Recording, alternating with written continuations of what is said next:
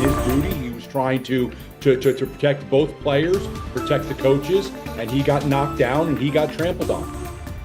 Now on WTOL 11 Plus, fallout from the fight. What's next after the brawl between Ohio State and Michigan? And a look at the use of pepper spray to get things under control. Plus, church owners are looking for whoever broke in and stole from them, but not necessarily to get them in trouble with police. We do have an alert day out there later this week, Wednesday night into Thursday, for an Alberta clipper that's going to bring some very cold weather, windy weather, and some light snow. We'll time it out in your hour-by-hour forecast. Coming up, Kaylee. Thanks for joining us on WTOL 11 News on Plus. I'm Kaylee Marentat. Thanks for joining us on this Monday. Let's get to your top stories. We begin tonight with an investigation after Ohio State Highway Patrol troopers shot and killed a man. Authorities say that man fired at them first. The 26-year-old man from Defiance ended up in Wood County after police say he wouldn't stop for deputies in Defiance County. According to State Patrol, Donovan Joyner led authorities on a chase through Defiance, Henry, and Wood counties early Saturday morning. Troopers say he wound up in a field in central Wood County, tried to run, then pointed a gun at officers. Joyner died at the scene. New information from our 11 Investigates team. A school district has settled a civil lawsuit filed by a victim of one of its former employees, convicted rapist Ronald Donnie Stevens. Ottawa Hills Local Schools employees and the administration were all named in the $100 million suit filed last year. Family members of 3 of Stevens' victims sued. Only one has settled. The case outlined sexual abuse that happened hundreds of times to multiple students over the course of 3 years. A judge sentenced Stevens in 2021 to multiple life sentences. He worked in school operations and maintenance, so the victim's attorney says he should not have had access to those students. Superintendent Adam Fineski says, quote, as the lawsuit to which you are referring to remains pending, the district has no comment or statement at this time, end quote. The remainder of the suit is still pending because the 2 other victims and their parents have not settled. Their attorneys tell WTOL 11 the case is moving forward and he has no comment on the other victims' decision to settle. Turning now to your WTOL 11 weather forecast, a quick-moving wintry system arrives this week. Chief Meteorologist Chris Vickers is tracking it for us along with an alert day. Chris? Yeah, we've got that alert day out there, and it's going to be for midweek, a clipper system that comes into the area. That's going to be late Wednesday night into Thursday. This will get your attention for a few reasons. Maybe not for the amount of snow that it's going to bring, but a wind chill value that's going to be close to 0 and wind gust to about 45 miles per hour frequently through our Thursday. So be prepared. Those clipper systems, quick moving systems that bring a lot of wind and a lot of cold air. And speaking of cold, it's been a winter setting across much of the region. Heavy lake effect snows. Did you hear about this over the course of the weekend? 3, 4, 5 feet of snow that was reported in northeastern Ohio out there toward Ashtabula County, into Erie County out toward Erie, Pennsylvania. And they are still getting heavier bands of lake effect snow, and had some heavy lake effect snow off of Lake Michigan. Several areas in Michigan did measure several feet of snow as well. Nothing like that here locally, but it is cold. Another day below freezing, upper 20s to near 30 degrees. And our plan as we get into our Tuesday, we'll finally crack that freezing mark. Some peaks of sunshine into the afternoon will put us right around the mid 30s as we go through your afternoon. Now let's time out that clipper system. These are quick moving systems. That's going to bring some light snow into the area as we go through Wednesday afternoon and evening. Could mix in briefly with a raindrop or 2. That colder air will rush in. It will turn windy Wednesday night into Thursday. The winds may gust up to about 45 miles per hour as some of those scattered snow showers work into the area. Now, it's limited accumulation, a ½ inch to 1 inch, but what concerns me is that may actually occur Wednesday night into daybreak Thursday, right around that morning drive. So slippery spots on the roads will be a possibility as we get out the door on our Thursday morning. Add to that, winds gusting up to about 45 miles per hour. So when are we talking this alert day? Wednesday evening through Thursday morning is going to be the prime window of that. Wind, light snow, and bitter bitter cold. So at this point, just tell you to have those warmer winter coats ready to go, hats and gloves, and know that on Thursday morning in particular, travel may be impacted. So let me highlight what I'm expecting with that alert day as far as travel. You're going to be fine through about 6 p.m. Wednesday. It is going to be overnight Wednesday night into Thursday that we get the scattered snow showers and the bitter cold. And at this point, we'll just throw a word of caution out there that travel could be impacted. So here's that 10-day forecast. Mid-30s for Tuesday. Mostly cloudy skies.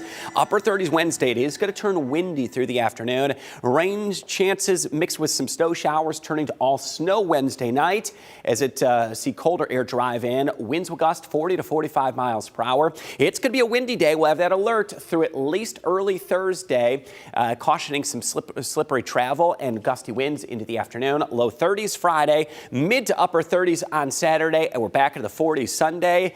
A bit of a warm up. In fact, could feel downright balmy for you considering where we've been. Upper 40s near 50 early next week on Tuesday. There will be a few rain showers late Monday as another front works into the area and may drop us back into the mid 30s by the time we reach the middle of next week. That's a look at your 10-day forecast. Kaylee, we'll send it back out to you. All right, thanks, Chris. An Indiana man who police say put 2 kids in serious danger has been arrested. According to Bryan police, Zachary Chervenka was found inside of an unoccupied apartment in Edgerton, Ohio. He had a warrant out for his arrest. Police say while he was leading officers on a chase, police say he threw an infant out of his car. Officers are still investigating the incident and say more charges could be filed. A Central Toledo church isn't letting a break-in and theft slow it down. In fact, it's already back to hosting services. Someone stole generators, electronics, and more from the Back to Life Deliverance Center on Dorr Street Sunday. Megan Hartnett has this story. No bullet holes, fires, or now even a theft will stop the Cranfords from continuing their mission.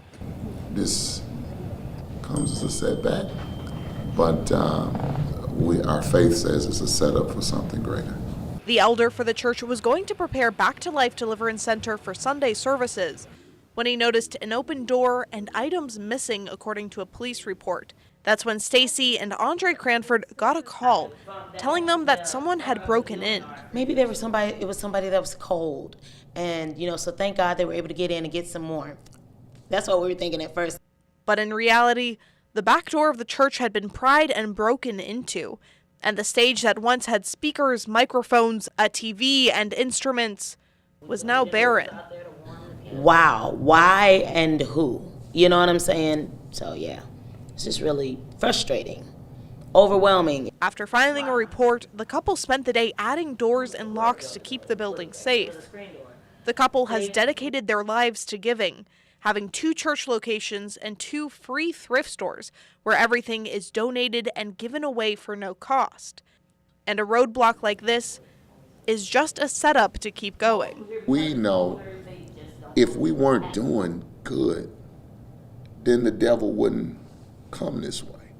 He only come this way because we're doing good. And so if anything, I'm encouraged. According to the police report, this is still a pending investigation. Whether the items are found or not, the Cranfords say they feel no malice toward whoever did this. Oh, I've already forgiven. We've already done that. The couple is hoping to get replacement items to be able to continue providing community help and holding services, but a lack of speakers or soundboard is not stopping them. We ain't going nowhere. We ain't going nowhere. We're gonna be here. God's going to bless us here. This is where he set us. That was Megan Hartnett reporting. Stellantis is searching for a new permanent CEO this afternoon. Carlos Tavares stepped down after almost 4 years in charge. The board accepted his resignation last week as the company continues to struggle with slumping sales and layoffs at the Jeep plant and suppliers here in Toledo. WTOL 11 gave you a chance this weekend to hear from the man tasked with turning around one of Northwest Ohio's largest employers. Arturo Polizzi took over as ProMedica's president and CEO 2 years ago and is just now starting to discuss how the company went from bleeding money to being profitable once again. Do you think it was fair that the employees, that the community knew that you had to take on that, excuse me, the term, the Grim Reaper role, to come in and cut, chop, to to make the company solvent again? Yeah, fair or not fair is not for me to say. It is what it is. I think from my perspective, tried to be real practical about it. And like I said, I was very transparent at the beginning. We were going to have to do some tough things. And we did. And I think if you're honest with people, they'll accept it. They may not like it, but they'll accept it. Our Jeff Smith is joining us now. Jeff, you were the first local TV reporter to get this interview with him. What did he have to say about the whole Bitwise episode? That was one of the things going in. We wanted to make sure we covered that as we talked to him. And he said any of the money that they invested, ProMedica, and we found WTOL 11, we got documentation that showed it was to the tune of about $1 million invested into that company, that West Coast venture. He said that they will not recoup any of that. They're out that money. However, they have put millions, tens of millions of dollars into the Jefferson Center in downtown Toledo. He said right now they are acting as landlord for that property, and they want to get somebody in there to basically rent out the space. I asked him, at one time they were talking about that being kind of an innovation hub, a place for education, educational initiatives, and he said that is still the goal at this point, but it remains to be seen. We're still waiting to hear. He said we could be a few months out from hearing who goes into that facility. Is there anything else I know you brought us a story last week of your sit down with him. Is there anything else that stuck out to you that you didn't get to do on Leading Edge, that you didn't get to put in your story last week? I think one of the things that we wanted to talk about was AI and how that could revolutionize not only what we're seeing in our industry, but what it could mean to healthcare going forward. Very interesting. Yeah. Well, you can see the entire 30-minute interview right here on WTOL 11+. Thanks, Jeff. You got it. If you want more breakdowns of viral trends and 60-second stories, you can head to WTOL.com and our social media pages, YouTube, TikTok, and Facebook. It was the talk of the weekend, the big Ohio State-Michigan game. The Buckeyes had their chance to break Michigan's winning streak against them, but the results of the game got pushed to the side by what happened after the last snap. An all-out brawl on the field between players after Michigan attempted to plant their flag at midfield at the Shoe. Adam King from our sister station in Columbus spoke to a former Buckeye player about visiting teams planting their flags in opposing territory. It is a silent horseshoe now, but what happened at the midfield logo here will ring out through the rivalry for years to come. A brawl all over a Michigan flag, and that block O right there, changing the landscape of college football and becoming the talker of the entire season. From many fights breaking out at midfield, resulting in pepper spray being used, to Jack Sawyer grabbing the Michigan flag and throwing it. Chaos at Ohio Stadium, leading to a major discussion around football and planting flags. Should it be banned? How can the NCAA handle it moving forward? We talked to former Buckeye star Bobby Carpenter about that. I would be a fan of, hey, if you want to plant the flag, it's $1 million. Heck, coaches, they can get fined 10% of their salaries because they're the ones that are going to stop it. You really have no way to tell an 18 to 21-year-old that they can't do it. You can't fine them. I guess you could maybe suspend them. But the reality is the coaches are the ones that should be the huge deterrent to it, to not allow it to get to that point. Because once those guys go and get it, it's up to one of the adults in the room to give them the no, we're done. And we'll just have to wait and see what the NCAA does with that. We'll also have to wait and see where the Buckeyes will be playing next when it comes to the college football playoff. That comes out on Sunday. It could be right here in the Shoe hosting a game. For now, though, we'll go back to you. Well, during the on-field fight after the game, deputies and officers used pepper spray to try to get things under control. At one point during the fight, an Ohio State University officer was trampled on the ground and suffered a head injury.